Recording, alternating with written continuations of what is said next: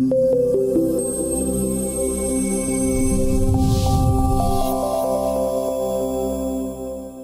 started his journey as an entrepreneur by co-founding Ride in Go, which was successfully acquired by Car Zone Rental. After that, he never looked back and had lot of startups to grow and scale. For past 4 years, he is working as a CTO of Xoxoday Works. There, he is responsible for leading the consumer solutions and also employee engagement solution called Impulse. So for next 35 minutes, he is going to talk on the topic gamification in B2B SaaS products, and post that we will open for 10 minutes Q&A. So without any further delay, I will invite Srivatsan to talk on gamification. Thank you, Mukul. I think you made one of my slides unnecessary because I had an introduction slide.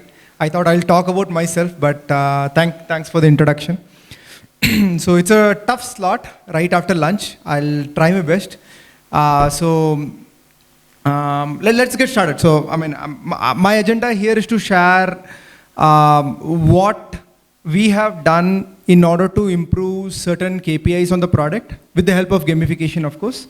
And how has it worked? What were our thought processes? And let's make it interactive. If you want to interrupt me in the middle, happy to do that. If at all you want to take up, if you want me to take up questions at the end, that's also okay. I hope the clicker works. Just to give a quick introduction about Xoxoday and why we are talking about B2B SaaS, because we in Xoxoday, we are in the B2B segment. Xoxoday is a rewards, incentives, and loyalty player. So I don't know how many of you were able to relate to these terms. Probably we'll talk about it later. But all of these are ways to motivate. Essentially, I'm trying to motivate you to do something, so I give you a carrot. So that's effectively in the business that we are in. So I'll get started. So one second. The clicker. 1 minute. I'll come there. I'll do the changing by myself. So you can move on. I mean, you can call me Sri in case my name is difficult. Okay.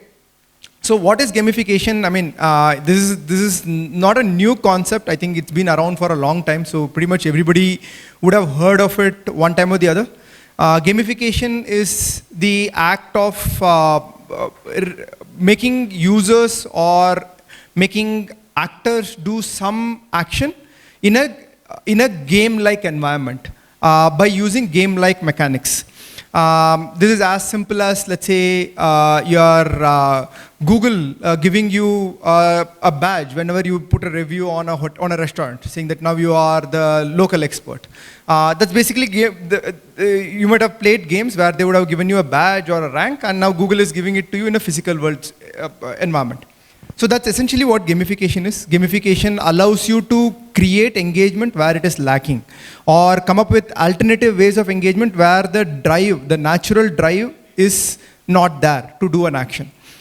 So this is more and more necessary for a certain category of apps which are not the core essential. For example, do you need gamification in WhatsApp? Probably not, because there is an inherent need for you to communicate. But do you need gamification in an app where you are sharing pictures? You probably need, because the need, now it has become a good to have. So that's where the gamification as a industry or as a topic exists. Can you move on? Yeah. So if you see, this is a standard gamification pyramid. So it starts with the dynamics at the top, which are the human emotions that you are trying to influence with the help of your app, and you want your actors or the users to get these emotions. What you do below that is the mechanisms. These mechanisms are what you use in order to, what you want the users to feel in order to get the dynamics. And finally, the components. Components are what you as an app developer or a product developer use in order to get the necessary action. This is a very theoretical slide. I'll move on. We'll talk about these in detail in the subsequent slides.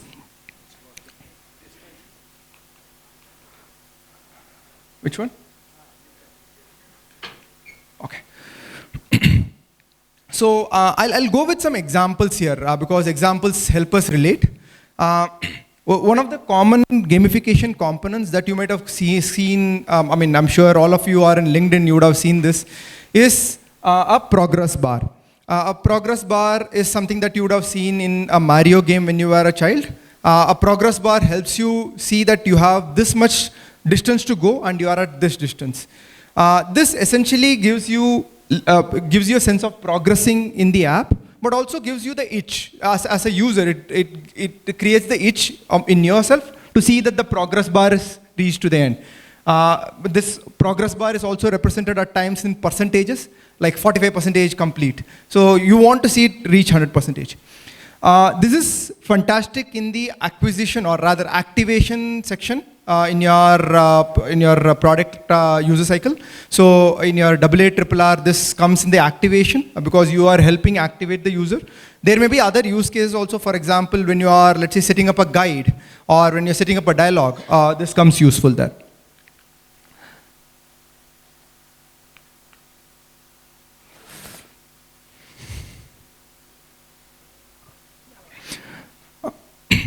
The next game component that we are very familiar with are badges. Badges helps you create cohorts. Badges helps you create an aspiration that, okay, I want to be in this badge, and then you look forward to it. Like, for example, having a silver tier, gold tier, platinum tier. That's one easy way to look at it. These apps like Foursquare and Google Maps or any of these apps, they have multiple badges now because they want to create so many layers of gamification. Again, what does the badge give you? This again gives you collector mentality, right? So you as a child, you would have collected many things. I mean, now as an adult, you are collecting these badges, and these badges gives you gratification when you collect. Can you? Yeah. Points and levels. This is very linear. This is the simplest form of gamification that you can do. So points are given for each and every action that you take in your product. And as your points increase, you upgrade people on various levels. Again, this is something that happens in credit card loyalty, which is one of our businesses. Experience points. As you use an app more, you get experience points. I'm sure all your apps that you use, where the app is trying to engage you, they give you some kind of experience points and levels. This again gives you sense of achievement and progress. This doesn't give you the collector mentality, but gives you a different level of gratification. Last but not least, I'll talk about leaderboard. Leaderboard is great for competitive gamification, places where you want your users to have a sense of competition. A great example is all your Zynga games. If you play a Zynga game, you would have a leaderboard where you will see where you stand against your friends. I mean, the screenshot here is from Dream11, which again is an app where they try to give you a leaderboard at a city level, maybe at a match level, and so on. Again, the idea here is to create a competitive nature. So you are, as you progress in the leaderboard, you feel like you are going ahead in your competition and winning it. So these are some of the common goals of gamification. I'm sure that these are what you would also think when you think of gamification. First one, the topmost one is improving adoption. Typically, you see gamification in apps where adoption is a challenge, in the sense that you need the adoption of users in order for the app to monetize. So, sorry. Improving adoption is one key goal of gamification. The second one is driving engagement. Driving engagement makes your users become repeat visitors on the app. They now are more invested in your product. The more they invest, you give them some kind of a gamification token, badge, or level in return, and that kind of keeps the loop running.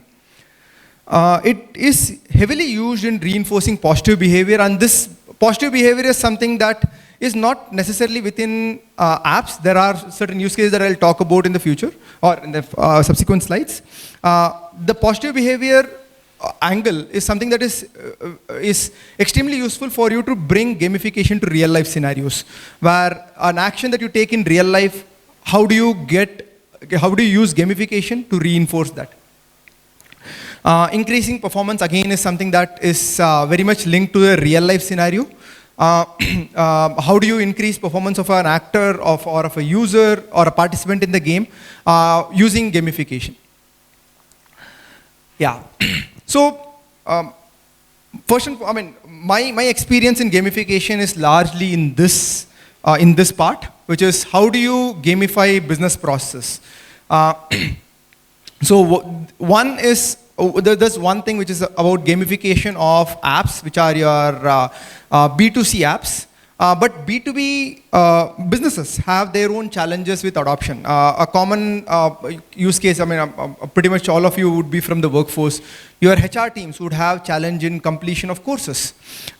These courses could be mandatory courses, these could be optional, but even then they would have, learning is a big challenge.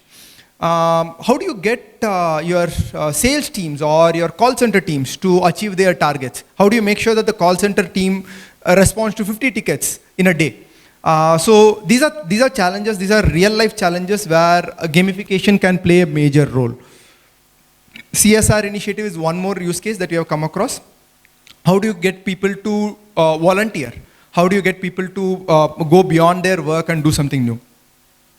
There are many more use cases that can come up, but essentially the thought behind this slide is gamification is just not within your apps. It is not within your B2C apps. It's also beyond that, and it can be applied on B2B use cases. Can you please go to the next slide? Yeah.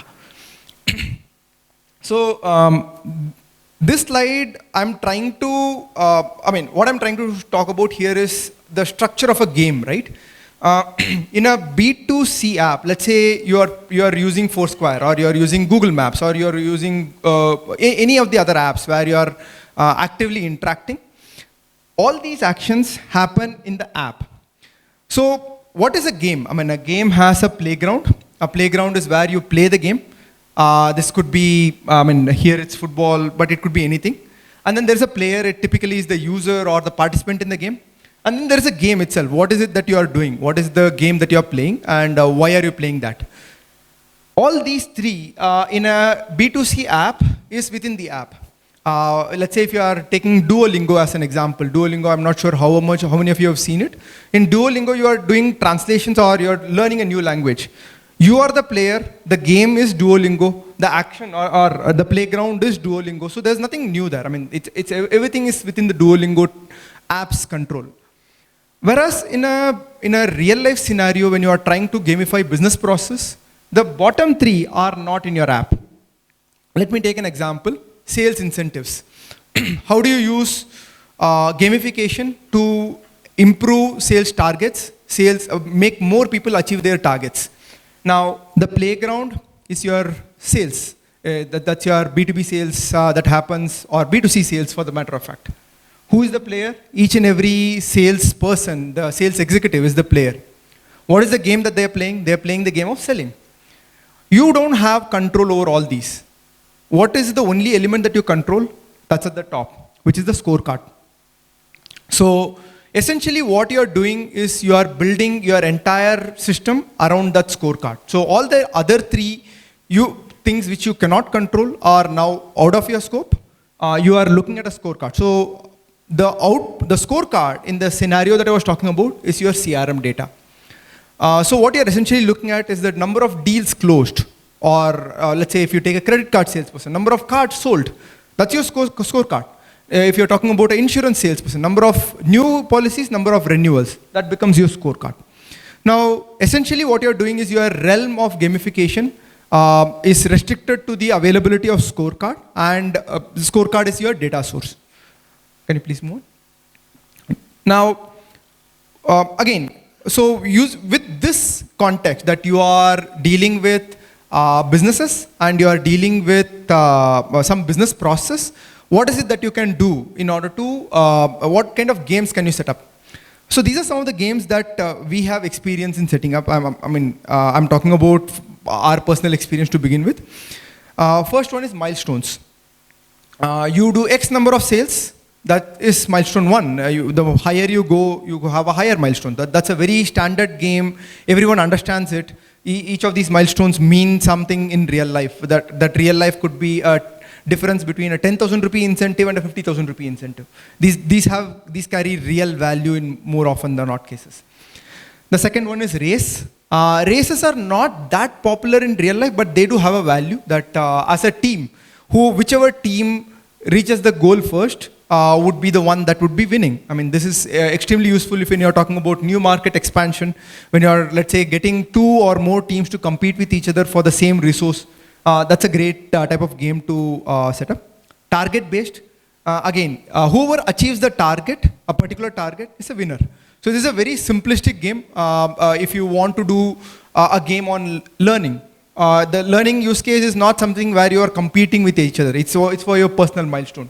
So all you do is you reach the target, you get a badge or you get a point. Very simple. Finally, topping the leaderboard. So leaderboards are very prevalent in B2B systems. If you go to Domino's, you'll see a leaderboard there.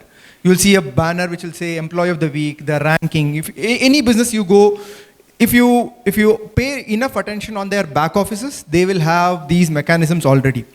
So topping the leaderboard, again, is a great way. So you have a monthly leaderboard. Whoever tops the leaderboard gets a prize. As simple as that. That, again, reinforces positive behavior. An example of this is the number of tickets that you close in a month. In a team of 20 call center executives, whoever closes the top number of tickets with the least amount of reopens wins the prize.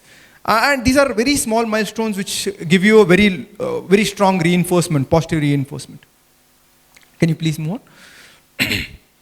So, gamification, this, if you have seen it, this, my exposure to this came from that Neer Eyal book, which is about habit forming products. So, so this loop is heavily reinforced by gamification. I mean, the loop has to be baked into your product. We are building a product which requires engagement, but this can be heavily supported by gamification. For one of the key things that we have seen is in gamification, like with anything else, your investment and variable reward becomes very essential.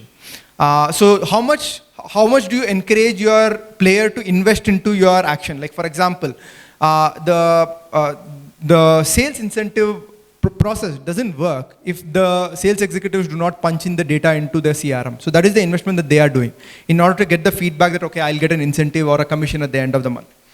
Variable reward, again, is something that is very effective in gamification. The reason being, when you are giving the same output every time, the value of the output diminishes. The first time your perceived value is high because you're getting something new. The second time and third time, it's old news. So variable reward is something that is, again, very essential. So variable reward comes in different formats. Some of it could be in the presentation. How you present the same data. For example, level 1 can be a confetti, level 2 can be a firework. So that is a simple way to get a variable reward going. It need not be something very massive. Can you please move on? Okay. So now that we have a basic understanding of what is gamification and how can you use it in B2B cases and in B2B systems, how do you leverage that? I mean, how do you make sure that your gamified system or a gamified interface gets you the best results? Nudges are a great way. Nudges help the player identify what is the next step. As simple as telling them that, okay, you are 5 more deals away from getting a 50,000 rupee bonus. That's a very effective nudge for someone on the 28th of their month, or on the 20th of the month. So these nudges help get that eventual action and take them across the finishing line. Can you please move on? Yeah. Another thing that we have seen as very effective is communication of the rules and the goals. So lack of communication can result in a lot of, or rather, lack of communication diminishes the value of your game. Because if you don't know what you're playing for, you don't know what is the next level, you are as good as driving blind.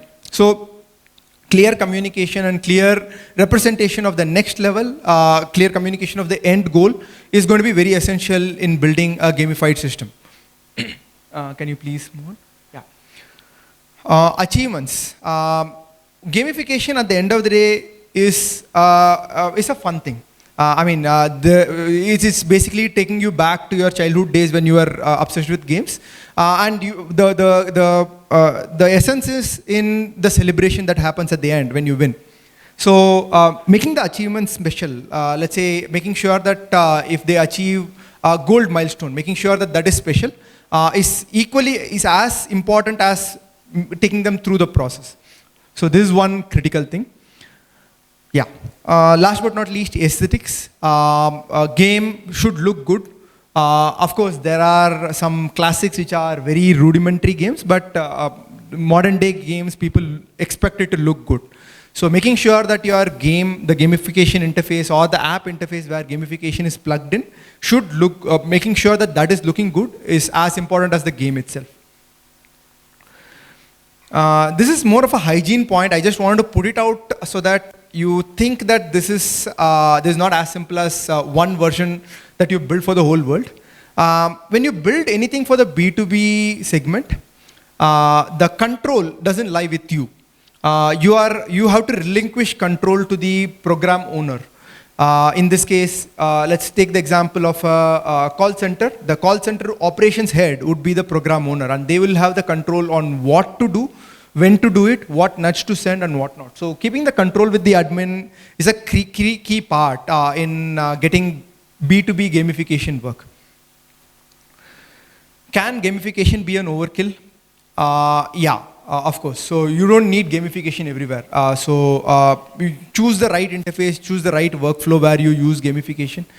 For example, onboarding or activation is a great place to use gamification or to get them to complete their profile. The milestones that I was talking about, how do you make people achieve a milestone? That's a great way to do this. But then there are overkills. If you are building an app which is extremely essential, or if you're building an app where the action is an innate need and it's not a want, you don't need gamification. Making sure that whatever you're building it for is essential will help you declutter. Otherwise, you will end up doing something unnecessary. For example, having a gamification on a camera app is completely useless. Maybe it's essential in a photo sharing app, but not in the camera app. Yeah, open for questions. I hope I have been able to keep it short. Yeah, please.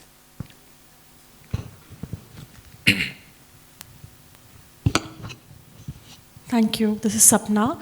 And when you were actually talking about the gamification, I had my hand up then, and I was just holding on to ask the question. So do you have come across any kind of a use case where you have talked about customer retention or customer acquisition, especially in the e-com world, where you've used this gamification?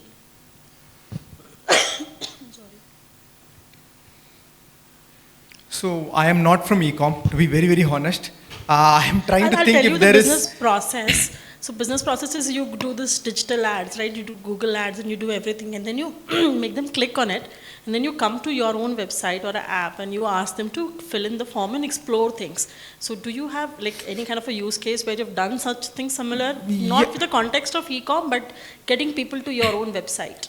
So getting people to the website, we have not been able to do gamification, to be very honest. I'm not able to think of a use case, but once you get them to the website and they express an intent to, let's say, try your product out, making sure that they are able to do a successful trial and making them activated is one way. I mean, that's where the first game dynamic that I was talking about, which is your progress bar, has been of great help to us.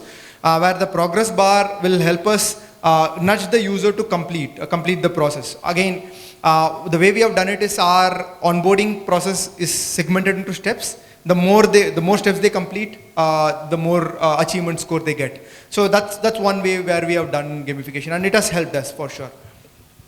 Thank you. So also I just wanted to understand if this fits the context, but whenever you have customers who are onto, a website and adding stuff and they forget, there's a cart abandonment issue which we deal with. So there we keep on giving them notifications, this is lying or this is a wish list or, the price has dropped. Is that also, can be called as gamification or that's a different thing? So that doesn't exist in games, right? I mean, your Mario or any other game that you play does not have that element. That is more like your shopkeeper coming back to you with a counter negotiation, making you not leave the shop. There are ways to gamify that also. You can think of ways by which whenever you send that nudge, you not only give them you give them some sweetener in order to bring them back. Like for example, when you come back, in addition to getting your product at a lower cost, I'll also give you X. Like for example, get an additional bonus of X 100 points, or go to the next level by doing this. All those are also possible. Thank you. Any other questions?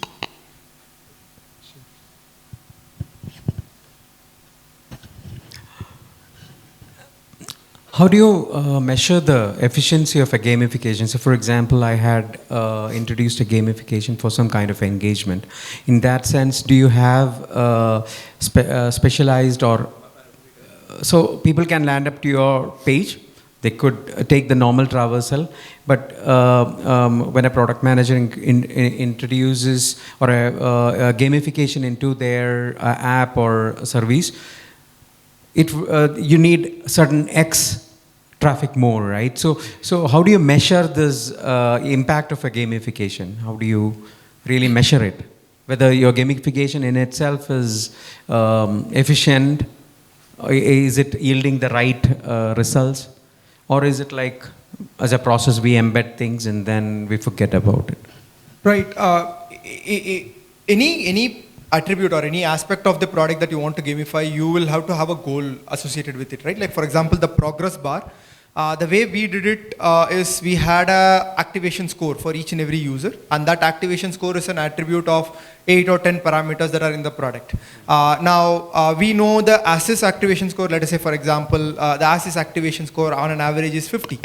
Now you want to increase this 50 to something which is more desirable, let's say a 95. So now how do you do this?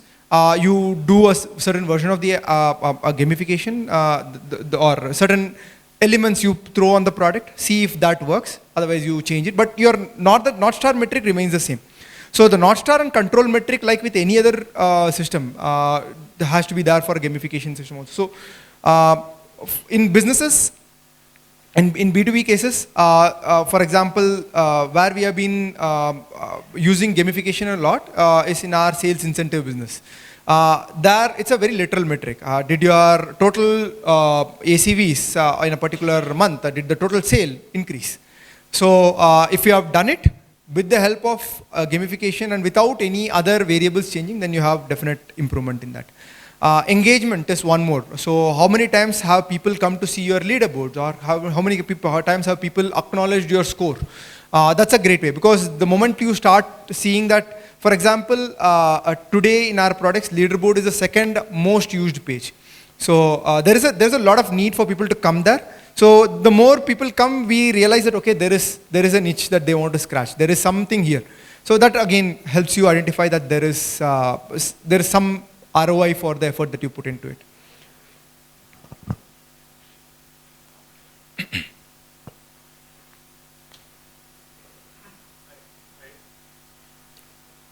Hello. Yeah. Hi, my name is Amit. So in terms of sales incentive, the gamification makes sense where there is a real number involved. But in certain other cases that you spoke about, like call centers or, achieving milestones, it could also have seen influence negative behavior. Like, for example, taking an example of a call center where they were closing 20 tickets. Certainly you gamify it and you say, okay, if you close 50 tickets, per week, you will get this reward. So that induces false behavior. Similarly for milestones in learning and development as well.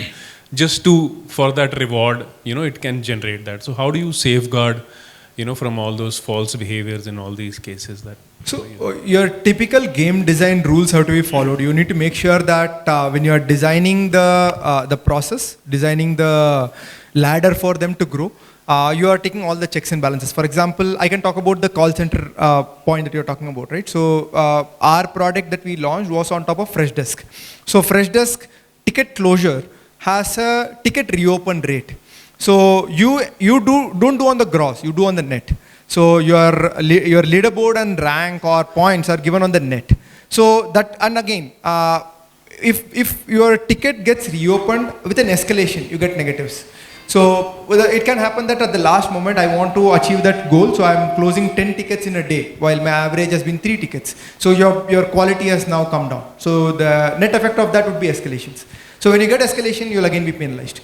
So your game design should factor all these things in, where you are able to keep a balance or a check for any of these negative behaviors. So we will take one last question. Hi, I'm Vinayak. I had a question. Have you ever seen gamification used successfully in seemingly complex or seemingly like serious businesses? Let's say like an accounting software or a taxation software, right? Seemingly serious businesses. Have you seen gamification being used successfully?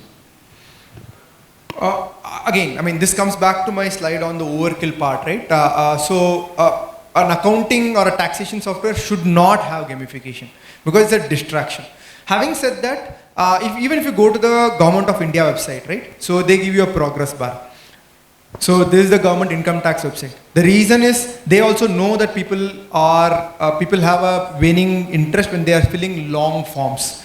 So it is not a bad idea to do gamification in those cases where you're not essentially trying to influence a behavior. All you're doing is just giving them some assistance to say that, okay, you are going through a long process, you are just little farther away, that's all. So in those cases, gamification helps, but in a larger sense, I am a believer that you should not do it in those cases, where it is not really needed. Thank you, Sri, for deep dive on gamification. So I would request Satish to give a token of appreciation to you.